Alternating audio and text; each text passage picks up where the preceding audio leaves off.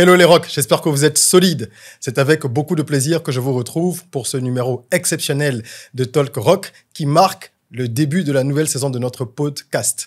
Comme vous le savez, dans Talk Rock, nous explorons des sujets et des profils inspirants qui nous motivent et nous incitent à rêver, oser, créer, à être rock. Donc, rêver grand, oser dépasser ses limites et créer son propre chemin.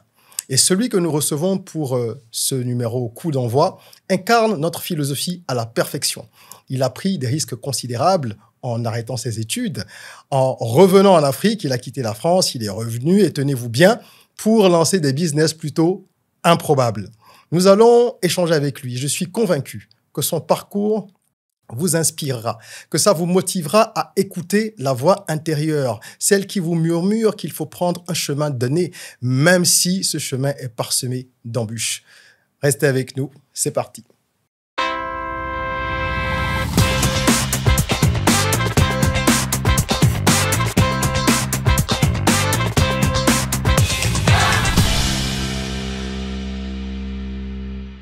Christelle Dassy, bonjour. Bonjour, très cher. Comment te portes-tu? Super bien. C'est un plaisir de te recevoir sur notre podcast. Merci d'avoir accepté notre invitation. Plaisir partagé.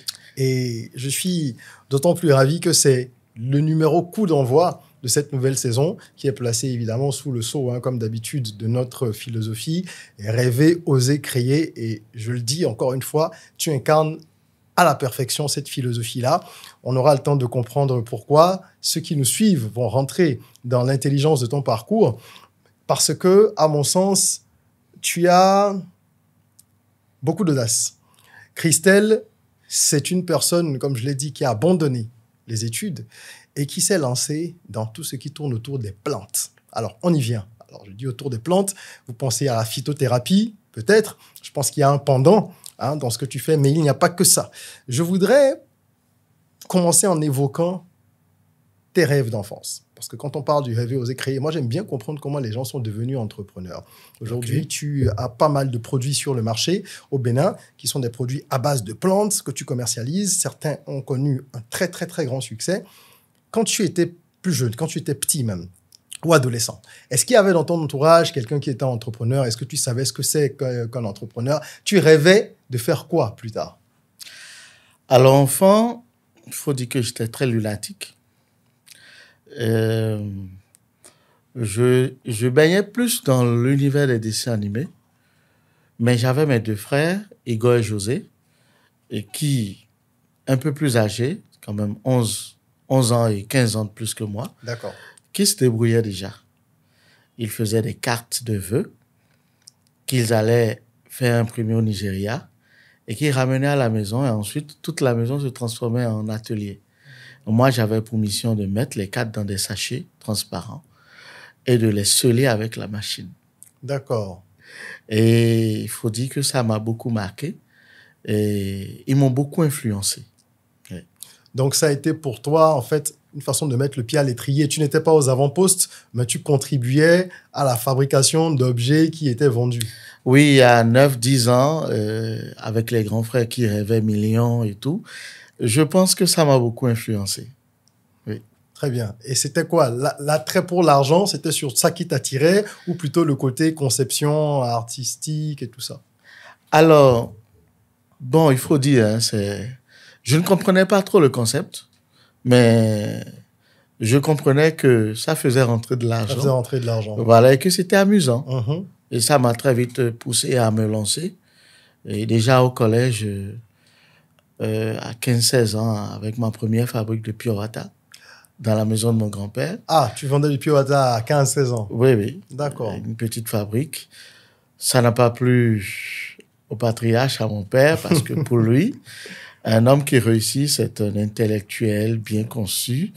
Et c'est pas, comme il le dit souvent, un Dassy ne fait pas un métier de Yoruba. Ah, d'accord. Donc, il y avait pas mal de clichés Oui, qui étaient mis sur la table. Être commerçant, c'est pas réussi intellectuellement. Selon lui. Selon lui. D'accord, très bien. Et justement, tu vendais du Pure Water. Pour ceux qui savent pas ce que c'est, un Pure Water, en fait, c'est de l'eau en sachet. Normalement, c'est Pure Water. D'accord, mais on dit piwara, piwata, ça nous vient du Nigeria. C'est très répandu au Bénin, mais dans d'autres pays aussi, sous d'autres appellations, très certainement. Et donc, cette fibre a commencé à naître tout doucement. Et je pense qu'après ça, tu pars en France pour étudier. Alors, moi, je voudrais comprendre ce que tu as fait en France avant l'épisode fatidique qu'on va évoquer, le moment où tu arrêtes les études. Mais qu'est-ce que tu es allé étudier en France? Quel était justement, après les petites activités de l'adolescent, c'était quoi le but? Alors, il faut dire que j'ai eu le bac tard, quand même à 23 ans. D'accord. Parce que j'étais pas une flèche, quoi. Comptabilité, j'ai eu mon CAP, mon bac G2. En France, je devais finir mes études. OK. Donc, probablement finir gestionnaire d'entreprise, trucs comme ça. Et j'ai très vite eu des difficultés en deuxième année. Surtout avec les maths. J'ai pu faire avec, hein, quand même, j'ai eu 3 au bac. Mais tu t'es rattrapé après. Voilà, mais à l'université, ça devenait corsé. Et il y avait des choses toujours plus compliquées à gérer. Et c'est de là que j'ai commencé par ramer. J'ai compris que j'avais fait de mauvais choix, il y a très longtemps, qui me rattrapaient. Et de là, je commençais par chercher des potes de sortie. Je comparais mon âge. J'ai des neveux qui ont mon âge, puisque mes aînés sont bien plus âgés que moi. Oui, tu l'as dit. Et j'ai des neveux qui étaient à l'université, qui finissaient avocats, qui finissaient dans différents secteurs. Et moi, je suis toujours à la traîne. J'ai commencé par réfléchir. C'est de là j'ai eu une amie qui m'a dit, écoute, ce week-end, mes parents font une activité que nous, on ne connaît pas, c'est la vendange, récolte du raisin. Oui. Et j'ai dit, OK, je te suis, je vais dans ton village, on va voir. J'ai découvert un autre aspect de la France. D'accord. Le monde des artisans. Tu étais dans quelle ville? Tu étudiais dans quelle ville? Alors, j'étais à Paris. OK. J'étais chez ma sœur et je devais aller à Paris 2, Paris Dauphine pour mes études. OK, d'accord. Voilà. Du coup, quand tu dis que tu allais découvrir l'autre France ou une autre France, c'était dans quelle région tu allais? À Lille. OK, d'accord. Dans le nord, à Lille. Et pour les vendanges là-bas, il y en a pas mal. Oui, et donc je pense que ses parents ils transforment tout ce qui est autour du vin, autour du raisin. Voilà, et d'autres fruits. J'ai fait 1 semaine. En tant qu'ouvrier, j'ai récolté.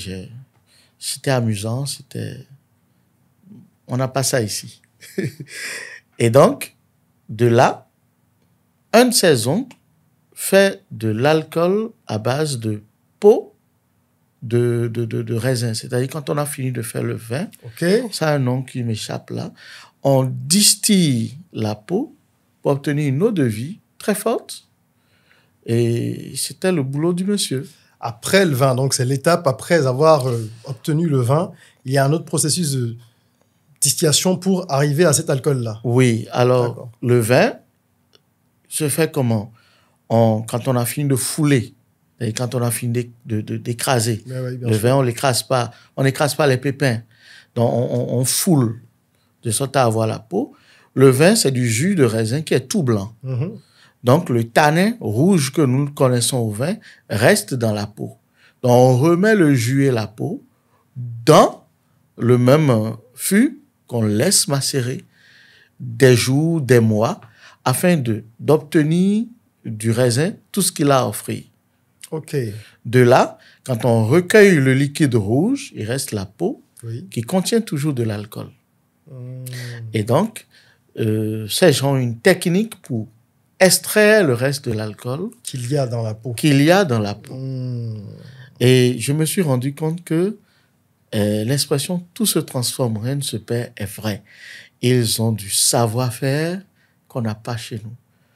Et moi, ça m'a séduit parce que j'ai eu de bonnes influences. La mère de mon père, Tassi, qu'on appelle affectueusement Tassi, qui, herboriste, m'a beaucoup inspiré, m'a élevé d'ailleurs à la ferme. à Ouida, et m'a beaucoup inspiré. Je me suis retrouvé à penser qu'on pouvait faire telle chose chez nous, telle chose, on pouvait exploiter ceci de telle manière. Si on avait cette technique, si on avait compris ceci, si on avait compris cela, et je ne sais pas, un truc m'a pris, quoi. C'est comme une révélation. Ok, pour bien suivre le fil, hein, tu as grandi déjà dans les plantes, c'est ça? Oui, absolument. D'accord, très bien. Donc, tu as grandi dans les plantes. Il y avait déjà certainement des prédispositions alors pour la manipulation de tout ce qui est herbes et plantes. Oui, j'ai eu la chance de grandir avec ma grand-mère paternelle. Bon, ce qui fait que j'ai grandi avec la grand-mère paternelle, c'est un événement malheureux, c'est la perte précoce de notre mère. Et donc, ma grand-mère a été une figure maternelle très importante dans ma vie. Qu'elle repose en paix. Toutes les deux, d'ailleurs. Toutes les deux, d'ailleurs. Je pense que Mémé n'est plus là non plus. Non plus. Partie à 115 ans, quand même. Ah oui, quand même. D'accord. On te souhaite et on se souhaite et on vous souhaite la même longévité. Oui. Donc, tu découvres cet alcool, de nouvelles techniques, tu découvres un nouveau monde et tu as les étoiles dans les yeux. Oui. D'accord. Mais il faut retourner à l'école. Puisque Oui. tu es toujours à l'école à ce moment-là. Oui. Enfin, tu continues à aller à la fac, n'est-ce pas? Oui. À quel moment tu décides d'arrêter définitivement à la fac? Parce que ça n'allait peut-être plus trop bien en cours, comme tu l'as dit, mais est-ce que tu en avais eu des discussions avec ton père ou avec tes frères et sœurs? Est-ce que quelqu'un était au courant déjà de tes différents doutes? Qu'est-ce qui te motive à dire je saute le pas et là je vais transgresser l'autorité paternelle parce que ton père intellectuel te dit tu dois faire de la compta? Alors, je ne sais pas si tu connais ce sentiment. Quand on a découvert un truc, quand on s'est senti tellement bien et qu'on revient à la maison et que les murs vous énervent, tout vous énerve. L'humeur, oui, voilà. C'est contradictoire complètement. Alors, je suis reparti au cours normalement. J'ai fait 2 jours. Après, j'ai chômé. J'ai fait l'école buissonnaire 2 semaines. Ah oui, quand même. Parce que je n'arrivais pas à me lever le matin et aller au cours comme si de rien n'était. Parce que tout devenait de plus en plus difficile. J'avais gardé le contact de l'oncle. Okay. Et là, je l'ai rappelé. L'oncle de ton ami? De mon ami. D'accord. Je l'ai rappelé, je lui ai dit, écoutez, tonton, je suis très intéressé par le métier. C'est de là, il m'explique que, bon, voilà, en France, les individus ne sont pas autorisés à distiller. Cela reste néanmoins, ils appellent ça quoi, patrimoine vivant, immatériel. D'accord. Et donc, il y a des associations de vieux papis qui font la formation et qui enseignent. Mais cela ne me servira pas plus que ça en France. J'ai dit non, c'est pas pour rester en France. Je sais où aller exploiter tout ce savoir. D'accord. Et m'a dit OK. Donc, la formation, elle est payante et tout. Dans la semaine, j'ai cherché où loger. C'était une formation en quoi exactement? Alors, c'était une formation pour faire des apprenants, des distilleurs. OK. Et après, tu es libre de faire une spécialisation pour devenir fabricant de whisky, de gin, de liqueur, de tout ce que tu veux. D'accord. Okay. Donc, c'est comme un tronc commun. Oui. Et après, tu te spécialises. Oui. D'accord. Donc, tu apprends d'abord à faire l'alcool blanc, l'eau de vie, donc l'équivalent de notre sodabi. Oui. Tu apprends à le faire. Après, tu apprends les autres techniques. Si tu veux faire du whisky, si tu veux faire de la liqueur, si tu veux faire du gin. Et chaque branche, pour chaque type d'alcool, a ses spécialités, ses spécificités. Voilà. Donc après, j'ai cherché un logement, sans rien dire. Et là, tu avais déjà décroché complètement de l'école. Hein, oui, en fait, de la fac. J'y allais plus. Et donc, je suis allé m'installer sans rien dire. J'ai rien dit à mon père, j'ai rien dit à mes frères, ni à mes sœurs, j'ai rien dit. Et tu fais cette formation qui dure combien de temps? Ça dure 3 ans. Et pendant 3 ans, tu n'as rien dit? Non, pendant 3 ans, tes parents au bout d'un moment quand même. D'accord. Au bout d'un moment quand même, il fallait déjà informer la sœur chez qui j'étais. Exactement, oui. Dans un premier temps, je lui avais dit que j'avais un stage. Et bon, au bout d'un moment, il fallait quand même dire la vérité. Donc, je suis venu négocier. Écoute, voilà, ça va pas. Mes résultats, c'est la catastrophe. Mais j'ai trouvé un truc qui me convient. Bon, ma sœur Alette, elle est plutôt ouverte. Elle m'a dit, OK, il n'y a pas de souci. Ce qu'on va faire, je vais voir là où tu t'es installé. La France, c'est quand même... Tu sais, on n'est pas chez nous. Donc, il faut quand même que je sache. Hein, si ce n'est pas les vilaines fréquentations et tout. Bien sûr. J'ai dit non, mais je vais vérifier quand même. Elle informe mon frère José, après qui je viens. Et comme ça, les deux, ils ont géré l'information entre eux, sans que ça ne fuite. Sans que ça ne fuite. Et c'est de là que j'ai pu continuer. Et puisque ce n'est pas à moi d'envoyer la scolarité, hein. Papa, il est assez prudent pour ne pas me remettre la scolarité. Oui, il sait à qui il a affaire. Voilà. Puisque tu as dit toi-même que tu étais un sacré phénomène. Voilà. Donc, c'est à elle qu'on remettait les sous. Et donc, j'avais besoin de l'informer quand même pour pouvoir détourner ces sous-là pour ce nouvel usage. D'accord. Et ce sont eux qui m'ont accompagné dans le processus. Et durant les 3 ans, comme on dit, quand vous avez un truc naturel, vous n'avez pas l'impression d'être en train d'apprendre. Oui. C'est passé vite. 2 années de théorie et de pratique, parce que c'est très pratique, la production d'alcool. Bien sûr. Puis, j'ai été confié à un maître, et lui, même compagnon, que j'ai suivi dans ses activités, sans devenir compagnon moi-même. Je l'ai suivi dans ses activités, et c'est un distilleur itinérant. Ils font le tour des petites campagnes, ils récupèrent les pots de raisin, les fruits pourris et tout ça qu'on a laissé macérer, et ils distillent, moyennant un paiement forfaitaire et quelques litres pour eux-mêmes. Voilà. Donc, tu as passé 2-3 bonnes années, en tout cas très, très, très satisfaisantes, hein, épanouissantes, puisque tu faisais quelque chose que tu aimes. Oui. C'est très important. C'est pour ça que nous, on a à cœur de promouvoir véritablement tout ce qui tourne autour du rêve de chacun. Et que sur cette chaîne, on parle souvent de l'identification de ses talents, la poursuite de ses rêves et de ses objectifs. C'est cela. Mais il y a un côté pratique qu'on ne doit pas oublier et nous allons y venir. Pratique, pragmatique, réaliste, puisque monsieur était bien content, tout se passait bien et tu as dû revenir à la réalité, puisque la formation étant terminée, il fallait que tu fasses quelque chose. Alors, tu décides de rentrer. Oui. Tu décides de rentrer parce que pendant que tu faisais cette formation, tu pensais déjà à l'exploitation que tu pourrais faire de ce savoir. Mais est-ce que tu informes ton père? En rentrant, qu'est-ce que tu lui dis? Parce que lui n'était pas encore dans la confidence, n'est-ce pas? Non. Donc, pour lui, tu continuais tes études de comptabilité et à la fin de chaque année scolaire, tu lui disais que ça va. Oui.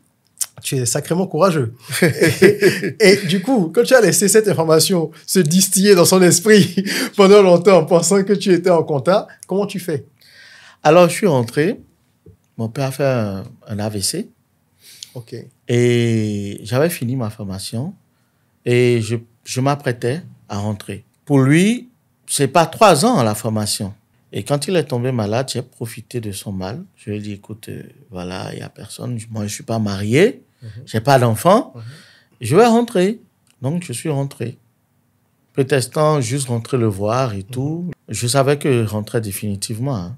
Vous savez, mon père, c'est quelqu'un, il est difficile de lui mentir. Comme il le dit, je vous ai fait. Et quand tu es devant lui mentir, c'est difficile. Donc, je suis rentré et dans les discussions, j'ai préféré avouer en même temps. Et je lui ai dit, bon, papa, voilà, j'ai pas fait compta comme tu le penses. Il m'a coupé. T'as fait quoi? T'es allé fumer le cannabis? Hein? Donne-moi tes oreilles. Tu t'es percé les oreilles? Il dit, non, j'ai rien fait. Bon, j'ai fait l'icoristerie. Il dit, c'est quoi encore? Tu m'as pas informé, t'as rien dit. Il a piqué une grosse colère aussi. Oui, non, c'est pas aussi calme que... Ah, ben justement, j'essaie de c'est quelqu'un de très sanguin et il te coupe la parole. Hein. Tu dis un truc, il te coupe. J'ai dit, ben, j'ai appris à faire les alcools. Donc la discussion se passe en minant. Hein. OK, d'accord. J'ai appris à faire les alcools et tout.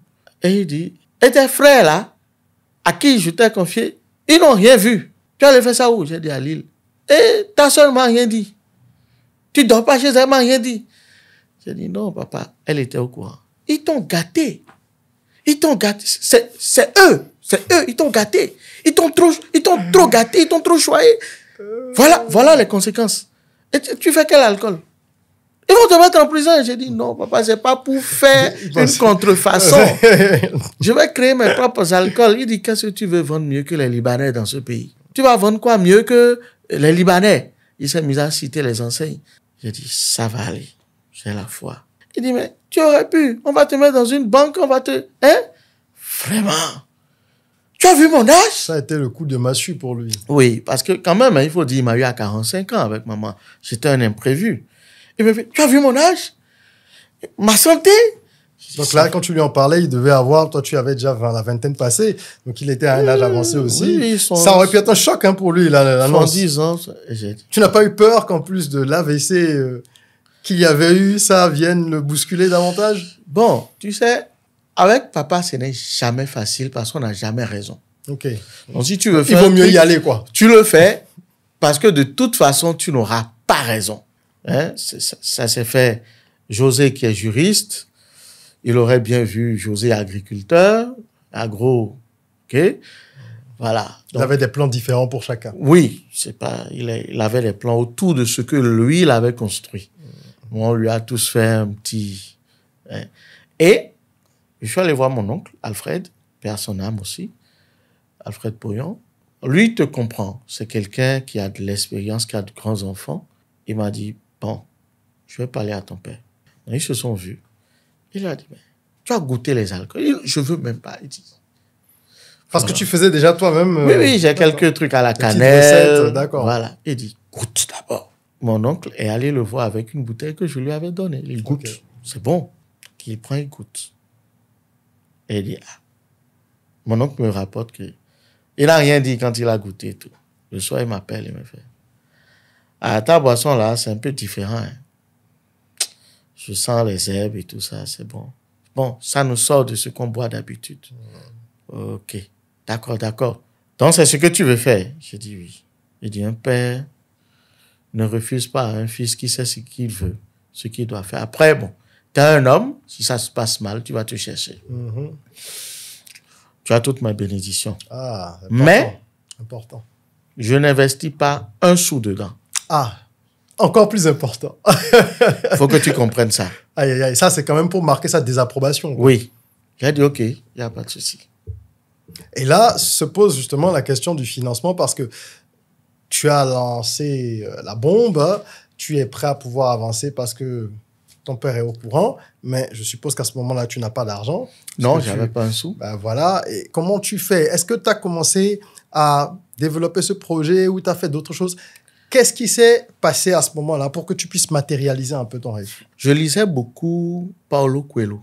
Oui, que j'aime beaucoup aussi. L'alchimiste. Ah oui, classique. Je pense que je l'ai lu une 50aine de fois. J'ai développé une théorie à partir de son bouquin que j'appelle la théorie des projets satellites. Tu as un projet principal, quand tu ne peux pas l'atteindre, tu vas vers ce qui te permet de vivre, parce qu'il faut dire, je n'étais plus un gamin, donc j'avais plus l'argent de poche, et donc il fallait développer des projets satellites. Je peins. Mon père, qui est lui-même peintre, m'avait déjà initié à la peinture, et donc je me suis mis à peindre des tableaux. Mon premier client, mon oncle Alfred, bien sûr, qui achetait tout pour me soutenir. Donc je me suis mis à peindre des tableaux et je cherchais des clients. Les plus beaux étaient achetés par mon oncle. 100 000, 150 des fois. Ah oui, quand même. Oui. Il a fait. Il a fait beaucoup. Ça a été ton ange gardien, quoi. Oui, de là, j'ai commencé par penser à qu'est-ce qu'il faut faire. Produire de l'alcool nécessite des outils qui ne sont pas donnés, si on veut le faire bien. Okay. Donc, j'ai commencé par réfléchir à comment est-ce que j'arrive à mettre de l'argent de côté pour produire. De là, j'ai eu la période de peinture. J'ai peint, j'ai fait des fresques aux gens et tout. Et j'ai mis de l'argent de côté. Je faisais des petits jobs en temps à Paris et j'ai bossé quelque part, on faisait des pop-corn. OK. Et s'il y a un truc ici, c'est que la manière dont on fait le pop-corn ici, c'est vraiment, comment on dit, très embryonnaire. Il y a des idées. Donc, c'est un peu comme pour les pizzas. C'est jamais vraiment la Vraiment façon authentique. Voilà. La méthode Et donc, authentique. j'ai pas vraiment inventé la recette. J'ai juste repris la recette de l'endroit où je travaillais. OK. Les popcorn, menthe, caramel, chocolat. D'accord. Je me suis mis à faire des essais avec les sous que je gagnais de côté. Et c'est avec ça que je me suis lancé. Avec un ami, Osnel Bouko, qui lui aujourd'hui, il n'entreprend plus. Il est sorti Oui, du c'est chemin tortueux. Voilà. Parce que c'est complexe d'entreprendre voilà. quand même dans nos environnements. Et donc, je me suis lancé dans ça et j'ai créé ma première société officielle, Booba Popcorn. Booba de mon petit nom. D'accord. OK. Booba Voilà. Popcorn. Voilà. Et donc, j'ai commencé par faire les popcorn. Ça, c'était en quelle année? On était déjà en 2016. Hein. OK. Oui, 2015-2016. J'ai commencé par faire des popcorn et, bien entendu, j'ai eu le soutien de mon oncle. Encore une fois. Oui, 6 mois après, il m'a appelé, il m'a dit, écoute, tu as besoin d'aide. Ton produit il est très bon. On va pousser ça. OK. Il m'a donné 1 million. Pour que je... Quand je dis que c'était ton ange gardien... Oui, oui, vraiment. On a tous besoin d'un ange gardien. Oui, il a fait. Il en achetait. En plus de financer, oui. Il en achetait pour sa consommation et il l'offrait. Oui. Il l'offrait. J'avais décidé de ne plus faire d'alcool. Ça marchait bien. OK, étant donné que tu arrivais à générer des revenus, je me suis dit, bon... Grâce à ce que tu appelles projet satellite. Oui. C'est marrant parce que j'ai la même théorie. Moi, j'appelle ça des business tampons. Voilà. Qui permettent de faire un pas vers le business idéal. Voilà. Et donc, ça marchait tellement bien que je me suis dit, bon, boisson, l'on laisse. Et je pense qu'on était en fin mandat de Yaïboni. Il s'est passé un truc, on ne sait pas quoi. Et le prix des denrées à la douane, au port, la douane a explosé. Le maïs qu'on achetait à 15 000 le sac est passé à 30 000 le sac. D'un kilo, c'est ça? Non. Le sac de 17 kilos. OK, oui. Maïs, oui, 17 kilos. Oui, le maïs de popcorn. D'accord. Ils ne le font pas en sac de 25, ils le font en sac de 17 kilos. OK. Ça a doublé? Oui, pratiquement à 30 et quelques mille. Waouh. Et c'était plus rentable. Oui, parce que de toute façon, si tu augmentes le prix, personne n'achète. Oui. Et vraiment, en ce temps-là, c'était encore le popcorn à 100 francs, là. Oui, bien sûr. Une petite portion. Voilà. Et nous, on le vendait à 200 et 300, le chocolat. Et quand ça a augmenté comme ça, tous les autres intrants, le chocolat y compris, a pris du prix. Oh là là. On s'est retrouvé dans l'incapacité de produire. On a augmenté le prix et le stock nous est resté dessus. Ah oui, parce que personne n'achète. Déjà que tu as un produit qui est haut de gamme, voilà. En tout cas de gamme supérieure par rapport à ce qu'il y a sur le marché, si tu te permets de doubler en plus, là, c'est même plus élitiste, quoi. Voilà. Tu peux pas vendre. Donc, tu as dû manger tous les pop-corn avec ton associé. On a jeté. On en a jeté beaucoup. Oh là là. Fait, on a jeté le reste. Là, gâchis, hein. Je me suis mis à chercher autre chose. OK. C'est là que je me suis retourné vers mes compétences d'herboriste. OK. Donc, finalement, ça t'appelait parce que c'est toi-même qui avais décidé de ne plus y aller. Oui. Parce que c'était trop coûteux en investissement Oui. et que de l'autre côté, tu te faisais un peu d'argent. Oui. Okay. Est-ce que tu arrivais déjà, par exemple, à gérer tes charges personnelles grâce à Booba Popcorn? Tu étais à quel stade de l'entrepreneuriat? Parce que vous étiez deux, il fallait partager les bénéfices. Oui. Alors, on faisait comme tout jeune entrepreneur qui avait encore besoin d'expérience. On avait au moins 3 000 francs en poche par jour. Donc, on mangeait, on mettait l'essence dans la moto, la vieille moto de mon ami. Moi, je sais pas rouler. Et donc, moi, j'étais tout le temps derrière et voilà. Donc, c'est ce qu'on gérait. C'était pas très intelligent parce que, bon, on n'avait pas tenu compte de tous les autres aspects. Bien sûr. Quand le business est tombé, on s'est dit, bon... Chacun prend sa route. Oui, on partage ce qu'il y a à partager, on continue. Et là, tu te retournes vers la liquoristerie à nouveau? Non. Enfin, tu décides d'y aller? Non. OK. Je me retourne vers mes talents d'herboriste. OK, d'abord. Oui. Très bien. Parce que, tout en faisant du popcorn, j'avais quelques personnes, surtout des membres de ma famille, qui me disaient « Ah, je veux perdre du poids. Je n'arrive plus à aller bien à la selle, donc je faisais des detox, je faisais des trucs comme ça. À base de plantes, à base de plantes. Les recettes de ta grand-mère. Oui, les recettes héritées de ma grand-mère. Du coup, je me suis dit, tiens, maintenant que ça marche plus, mais que ces gens-là continuent de venir, pourquoi ne pas? Et donc, j'ai, en une nuit, réfléchi à comment remplacer le projet satellite Popcorn par le projet satellite plante, thé, infusion. Et de là, j'ai sorti programme minceur, programme vente plat. Et sous une nouvelle enseigne, Biotech Pharma.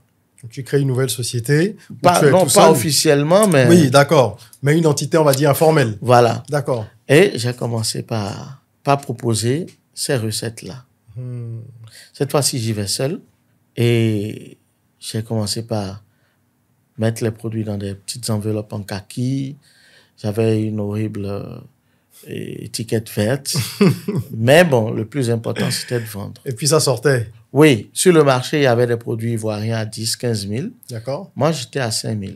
Ah oui, d'accord. Donc, contrairement à ce que tu faisais avec le business précédent, où tu avais des pop-corn plus chers que la moyenne, là, tu as un produit qui est plus accessible que celui des concurrents. Oui. Donc, tu as changé de stratégie. Oui. Un peu peut-être parce que tu as vécu l'autre situation aussi, non? Je n'ai pas fait exprès. D'accord. Ce qui se passe, c'est que dans le temps, aujourd'hui, on vit autre réalité. Oui. Dans le temps, quand tu allais au marché, les plantes ne coûtaient pas cher. OK. Mais le client estimait que un produit à 2000 francs, supposé faire maigrir, était un fake par rapport à l'offre sur le marché. Bien sûr.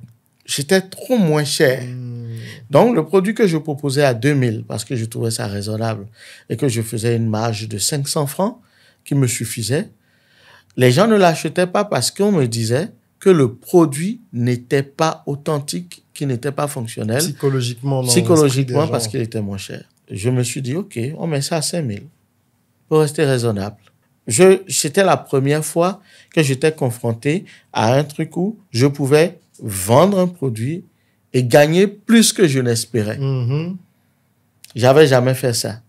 Parce que là, tu avais une marge finalement de quasiment 3500. Là. Oui. Waouh. Sur un produit de 5000. Oui. D'accord.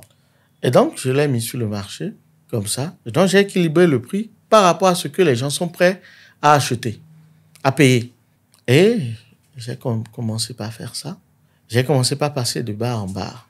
Pour vendre tes produits. Pour vendre mes Toi-même. produits. Moi-même. Avec une sacoche, je faisais Ganry. J'allais dans les coins où les gens pouvaient payer 5000. Je faisais le marché de Ganry. Ensuite, je faisais des bars. Je faisais surtout les bars au niveau de Fidrosset et Étoile. OK. C'est en faisant cela que j'ai un ami, Emmanuel Johnson, m'a invité dans un bar qui était tenu par ma cousine, je ne savais pas. Je viens dans le bar, elle prend quelques produits, elle voit que ça marche, elle commence par me... Ah, c'est bon, hein, il faut prendre. Ça va casser ton ventre, là. Elle en parle à ses clients. Oui, elle en parle à ses clients et tout. Et donc, pour la remercier d'autant de considération, j'ai produit l'une de mes boissons.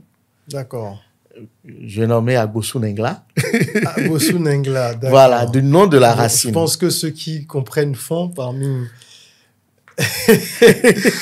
ceux qui le suivent auront certainement deviné de quel type de produit il s'agit, mais tu vas le décrire, n'est-ce pas? Voilà, c'est le nom d'une plante. Oui. C'est un produit aphrodisiaque. Là, tu le dis très joliment. Voilà. C'est un peu moins rustre que le mot en lui-même. Oh, il ne faut pas choquer les gens. Il y a certainement des jeunes qui nous écoutent. Mais ce qui est sûr, c'est que le nom, il reste. Hein, donc, d'un point de vue marketing, c'est une plante que vous pouvez trouver au marché, la botte à 100 francs. D'accord. Voilà. J'ai juste gardé le nom de la plante. Ça intéresse beaucoup de gens, ce genre d'informations. Pour le produit, voilà. Et donc, j'ai offert cette liqueur à ma cousine. D'accord. Qui a goûté, qui a trouvé que c'était très bon. Elle m'a dit, ici, on a des Made in Benin, liqueur cannelle, citronnelle et tout. Mais ce que tu fais là, ça sort de l'ordinaire. Parce que c'est à base de plantes de chez nous, quoi. Voilà. Est-ce que tu en vends? J'ai commencé par raconter ma vie. Oui, c'est difficile pour l'instant. Moi, dans ma tête, c'est qu'il fallait avoir tout le matériel, tout ce qu'il faut. Au lieu de commencer avec ce que tu pouvais. Déjà. Voilà. Et donc, elle m'a dit, ce que je veux, c'est que tu me fournisses 5 bouteilles parce que ça se vendra mieux que tes thés. On est quand même dans un bar. Et ce que tu fais là, ça colle plus avec le lieu et je pourrais mieux t'aider. Je lui ai dit, OK. Akposo Nengla nécessitait beaucoup de travail. À chaque fois, ça me fait rire. Voilà. Ça nécessitait beaucoup de travail, beaucoup d'ingrédients. OK. Et j'avais une seconde boisson que je pouvais fabriquer avec le budget qu'elle m'imposait.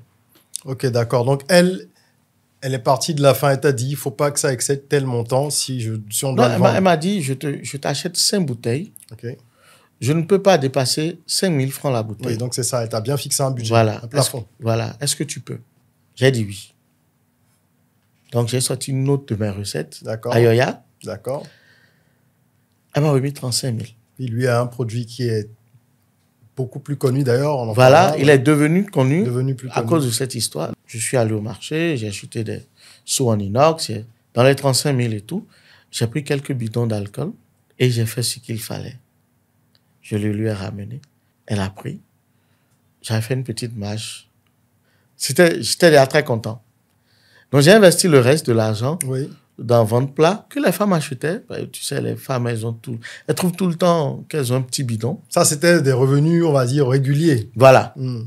Et mon projet satellite commençait pas à avoir sa chance comme ça. Et moi-même, je ne me rendais pas compte. 2 semaines après, elle me remet 70 000. Elle dit, j'en veux plus. OK. Donc, ça veut dire que ça s'est écoulé très rapidement. Voilà. Et là, je lui ai dit, d'accord, je vais recycler les bouteilles de vin et les bouchons. Et donc, ça a commencé par prendre. Mais, excuse-moi, je veux juste comprendre quelque chose. Oui. Le passage entre... Déjà, il y a eu le popcorn. Après, il y a eu les produits minceurs à base de plantes. Oui. Et ensuite, les liqueurs qui ont commencé. Et on est justement à cette étape. Voilà. Comment est-ce que, jusque-là, tu as géré le regard des gens? Je marque une pause juste pour évoquer ça, parce que tu parlais d'un épisode où tu allais de bar en bar. Oui. Tu le sais, j'ai moi-même eu un parcours un peu similaire, Bien avec sûr. la volonté de le faire sans complexe. Je suis rentré de France après mes études, etc. Moi, j'ai jamais voulu travailler dans une boîte, donc c'était vraiment l'entrepreneuriat dans ma tête et tout. Oui. Et lorsque je me suis retrouvé dans l'agroalimentaire, moi-même, je proposais des produits qui étaient dans une forme très liminaire au départ, qui n'a rien à voir avec les beaux emballages que les gens ont vus après lorsque le projet a grossi. Et je sais comment est-ce que ça peut être complexe, parce que moi, j'ai entendu et vu un peu tout à mon sujet au départ, avant qu'après tout le monde t'applaudisse quand tu commences à passer sur des chaînes internationales. Oui. Moi, ça ne m'affectait pas. J'ai le moral, le mental pour, parce que je savais où j'allais. Comment toi, tu l'as vécu? Parce qu'il y a beaucoup de jeunes entrepreneurs, jeunes et moins jeunes, qui sont complexés. Qu'ils soient restés au pays ou qu'ils soient partis, peu importe. Il y a des gens qui n'ont jamais mis le pied nulle part, mais qui pourtant sont plus complexés que des gens qui ont fait peut-être le tour du monde et qui sont revenus en se disant « Qu'est-ce que les gens vont penser de moi si je fais tel truc? Comment je peux aller vendre ça? J'ai un bac plus 3, j'ai un bac plus X. » Comment toi, tu l'as vécu? Ça peut édifier beaucoup de gens. Simplement, si vous avez des complexes, c'est qu'ils sont certainement dus à votre éducation. Mon père, c'est quelqu'un qui a toujours vécu simplement. Et je pense qu'il me l'a transmis. Je ne calcule pas les autres. OK. Parce qu'à la fin de la journée, il ne me donne pas à manger. Absolument. Il ne règle pas mes problèmes. Donc, que quelqu'un s'habille mieux, qu'on ait un collègue qui soit déjà en voiture et autres, pour moi, j'estime que c'est bien. Je suis content pour lui. Je vais y arriver aussi. Parfait. Dès l'instant où je commence par calculer son regard, je commence par me perdre. Et ça, c'est les paroles de mon papa. Il a dit, vous devriez apprendre, pas se contenter de ce que l'on a, vous devriez apprendre à ne pas perdre votre objectif. De vue. De vue. Ce que vous enviez chez l'autre doit être positif. Il faut dire, je veux être comme lui. Ça doit vous inspirer et pas Oui. attiser de la jalousie. Parce que vous sentez gêné quand tous les autres sont bien habillés et que vous êtes mal habillé, ne vous fera pas vous sentir propre ou ne vous habillera pas. Absolument. Ah oui, ben c'est tellement bien dit. Ouais. Dans tous les cas, il va falloir faire l'effort. À moins que vous preniez des chemins peu recommandables. Il va falloir faire l'effort pour être propre comme eux. L'effort, c'est du temps. Et le temps définit tout. Dès l'instant où vous avez bien intégré cette leçon et que vous l'avez intégrée à votre éducation, quand c'est dur, ça ne vous effraie pas. Parce que vous avez accepté que ce soit dur. Vous avez intégré que c'est normal. Et que c'est dans ce parcours-là, ce cheminement-là, que vous trouvez des solutions. Donc, vous faites l'effort, vous avancez. Dans tous les cas, celui qui me critique n'a pas gagné 5 000 francs chez un client. Quand je viens, il y a eu des moqueries. Hein. Oui, mais bien sûr. Mais c'est justement pour ça que je l'évoquais, pour que ton partage d'expérience puisse édifier d'autres personnes. Je me souviens, une fois, j'avais plus de vêtements. J'avais un gros pantalon là, que je devais réduire. Mais je n'ai pas eu le temps d'aller le réduire. Donc, je l'ai mis. J'ai mis une chemise et une ceinture dessus. Ça faisait un gros pantalon. Donc, je suis sorti. C'était en mode hip-hop, quoi. Voilà. Et une amie m'a dit, avec qui j'ai fait au pied, elle m'a dit, viens me livrer et tout. Donc, je suis venu. Et j'ai un autre camarade à nous, un garçon, qui était là. Donc, il s'est mis à se moquer de moi. Christelle, vraiment, c'est pas possible, quoi. T'es habillé, on dirait un baba et tout. J'ai rigolé. Et quand la fille, elle a acheté un pour elle, un pour sa sœur, un pour son père, un pour sa mère.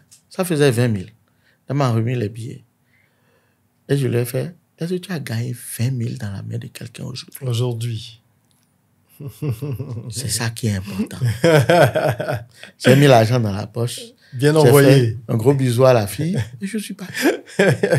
C'est important, tu vois, ce genre de partage, parce que un des freins à l'entrepreneuriat aujourd'hui, l'entrepreneuriat qui est indispensable, c'est-à-dire que on ne pourra pas faire ça en Afrique, puisqu'on connaît les statistiques du chômage, on sait bien comment ça se passe. Les gens par défaut ou par passion deviennent entrepreneurs.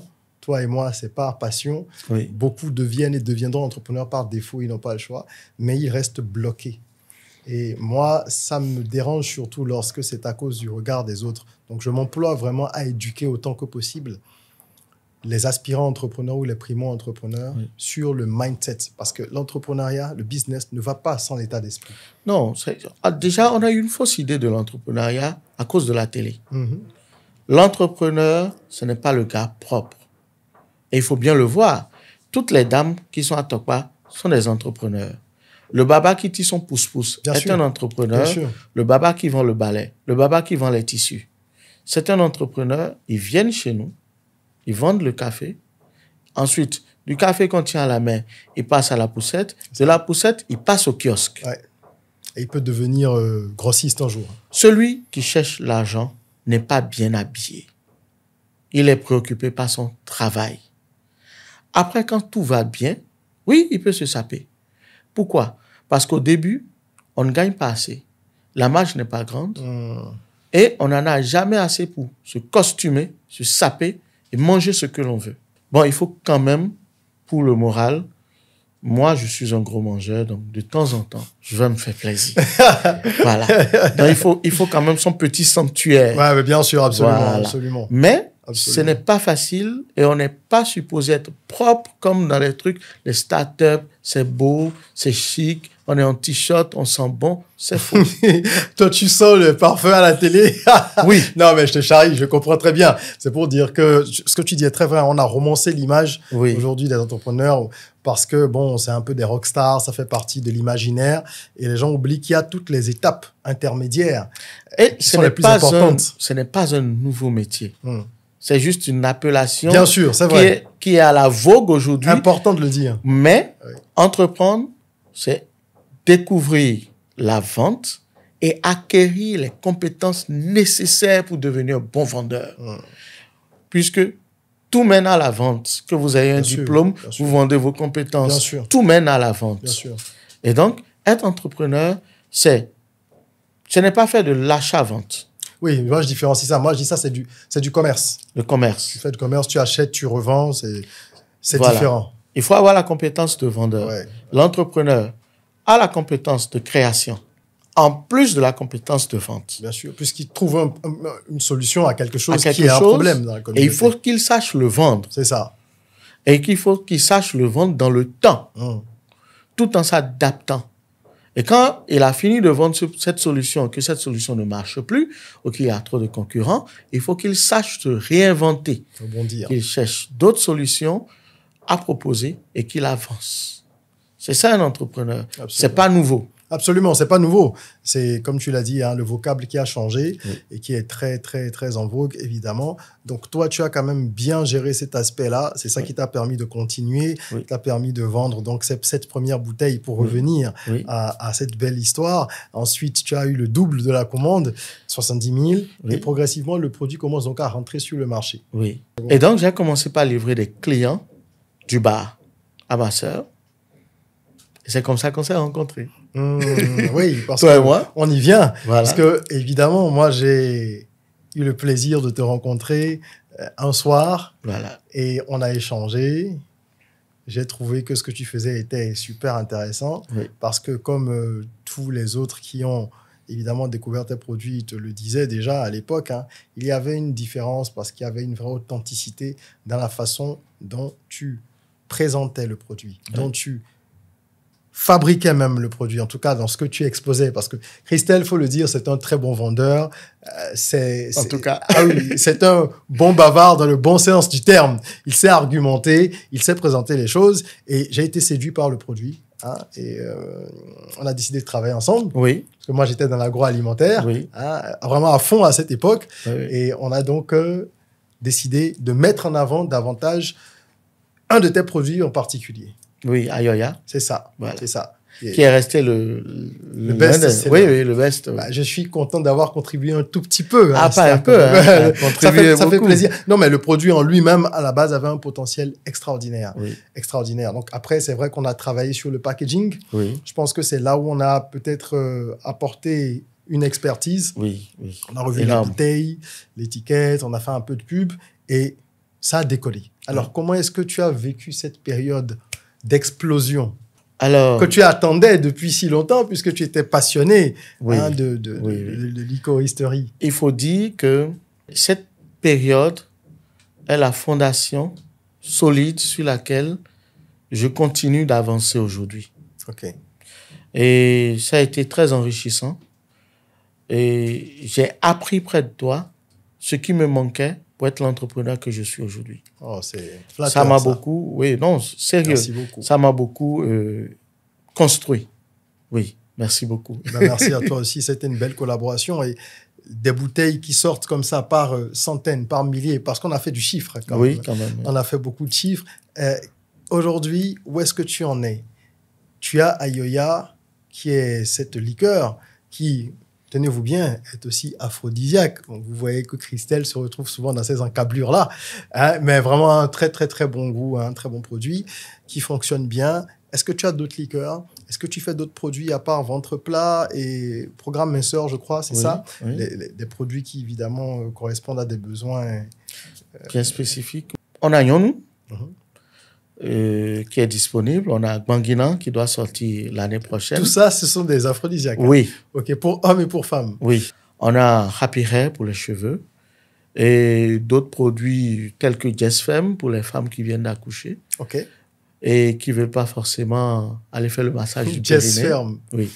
Ceux qui comprennent, comprendront. Voilà. Je ne peux pas être plus explicite. Hein. Voilà. Désolé. ça aide les femmes qui ont accouché à se remettre en état. D'accord. Voilà. Okay. On a Hormono pour les questions de règles douloureuses et de ménopause précoce. Donc, tu as toute une gamme de produits, toujours à base de plantes, pour les hommes et pour les femmes. Pour les femmes, en plus de... On a le fameux Taurus, miel aphrodisiaque. Miel aphrodisiaque. Oui. D'accord. Okay. Aussi bien efficace pour les hommes que pour les femmes. D'accord. Mais de toute façon, tu es sur un segment qui est très rentable parce que Tu l'as dit toi-même, donc je ne trahis pas un secret. Les marges sont très élevées. Oui. Au niveau des plantes. Oui. Aujourd'hui, c'est moins qu'il y a 5 ans. OK. Ça fait partie des difficultés que tu rencontres? Oui, parce que les plantes commencent pas à coûter cher. La déforestation, le fait qu'on découpe les parcelles et qu'on les vende, on a un vrai problème auquel le Bénin doit faire face pour les 20 prochaines années. C'est qu'on n'aura plus de plantes médicinales. Ah oui, à ce point. Oui, oui. Je projette déjà pouvoir payer des terres et les conserver en forêt, en brousse, parce que ce qu'on achetait, un sac à 500, coûte 2000 aujourd'hui. Waouh! En 5 ans? Oui, je donne un exemple simple. Le goro, quand on était enfant, c'était 25 francs. Aujourd'hui, le goro est à 100 francs l'unité. La cola. Oui. Le aroé, même chose. Le cola Garcinia, même chose. Et parce que des gens ont vendu des terrains, ils les ont morcelés, des domaines, et ceux qui ont acheté ces terrains veulent construire. Ils ont abattu les arbres. Les fruits que ces arbres-là donnaient ont commencé par se raréfier. Et comme l'offre et la demande, c'est l'offre et la demande, quand l'offre se raréfie et que la demande augmente, le prix augmente. On ne peut pas se contenter de la médecine moderne seulement. Mais c'est ça, parce que si elles disparaissent, ces plantes-là, sachant qu'elles ont des vertus chacune. Et un savoir-faire aussi. Bien sûr. Donc tu as ça comme difficulté. Quelles sont les autres difficultés principales que tu rencontres actuellement? Bon, pour le reste, comme pour tout entrepreneur, il y a des règles à suivre, il y a des certifications, il y a tout ce qu'il faut. Et tout ça, c'est de l'argent. Et on n'est pas les mieux lotis en matière d'accompagnement. Oui, les entrepreneurs, on n'est pas éligible à beaucoup de... Voilà. On va dire beaucoup d'options pour obtenir du financement. Voilà, donc principalement. En dehors de ça, c'est bon. Donc, en fait, on va dire que la voie est toute tracée pour que l'Empire continue à se construire et à s'élever. Par la grâce de Dieu. Je suis vraiment ravi de pouvoir revenir sur certains épisodes que je connais personnellement, de les évoquer et surtout de découvrir tout ce qu'il y a comme histoire derrière, parce que ça, je ne savais pas d'où est-ce que tout ça est parti, quelles ont été tes motivations, quels sont également les challenges que tu as rencontrés d'un point de vue personnel aussi. On a évoqué un peu tout ça. Et je voudrais, puisque nous nous acheminons tout doucement vers la fin de notre podcast, je voulais te poser une question. Si c'était à refaire, ce chemin de l'entrepreneur, avec beaucoup de satisfaction, parfois de l'argent, parfois des difficultés, mais quand même beaucoup de pression et d'embûches, est-ce que tu le referais? Oui. Ah, sans hésiter. Sans hésiter. Pourquoi? Parce que j'utilise ma tête. D'accord. Quand je me lève le matin, j'ai des idées. OK. Ces idées m'amènent à créer des produits qui marchent. Ça me donne une satisfaction unique. OK. Et je suis content d'être l'auteur d'un truc que les autres ne savent pas faire. C'est ta contribution à l'humanité. Oui, ça me satisfait. Et je suis content. C'est toujours plus gratifiant que d'être assis, de suivre les ordres et de réaliser les rêves des autres. Tu es un leader ou tu es un rebelle? Alors, je ne sais pas me rebeller. Leader, je ne pense pas. Parce que, un leader, c'est celui qui se met devant. Pas forcément, qui montre le chemin. Pour montrer le chemin, il faut se mettre devant. Enfin, c'est quand même un peu nuancé. Je me vois comme un gars solitaire, un inventeur fou. Voilà. C'est plus comme ça que je me vois. Donc, c'est vraiment le fait de pouvoir apporter des solutions aux autres qui te pousse à continuer. Oui. C'est ça, ton moteur à toi, c'est ça. J'aime ça. J'ai vu ma grand-mère emballer des herbes dans des sachets sans prendre de l'argent ou à 200 francs. C'est pas un truc dont elle vivait. Pour elle, c'était plus la passion. Oui. Et aujourd'hui, j'arrive à vivre de ce truc que tout le monde pense inutile. Mais c'est ça, moi, qui me fascine dans ton histoire et dans ton business. Ça c'est me que plaît. les gens banalisent ce secteur, il banalise l'argent qui est autrui, il banalise l'utilité, l'impact. Voilà. Et pour moi, l'impact, c'est très important. C'est quelque chose qui me motive énormément également. Je vois qu'on a ça en commun. C'est d'ailleurs pour ça que dans mon dernier ouvrage, 100 business rentables pour l'Afrique, je présente chacun des business en finissant par la rubrique impact. Voilà. Après avoir parlé du business model, de la mise en œuvre, du concept, de la justification et tout ça. Parce que pour moi, c'est important. Au-delà de gagner de l'argent, il faut que ce que vous entrepreniez ait un impact véritable pour la communauté.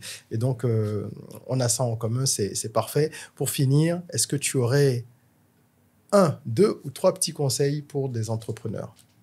Des entrepreneurs qui se lancent ou des entrepreneurs qui sont déjà en activité, mais qui traversent des moments difficiles. Parce que, tu sais, notre chemin n'a pas vraiment de début ni de fin, moi je dis souvent. Oui. Il y a des fluctuations et des montagnes russes à n'en plus finir. Oui.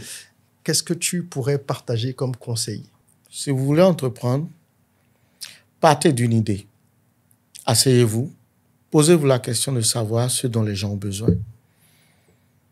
Comment est-ce que ces gens pourront avoir besoin de ce dont vous parlez, ce dont vous pensez, et comment est-ce que vous pouvez le leur vendre?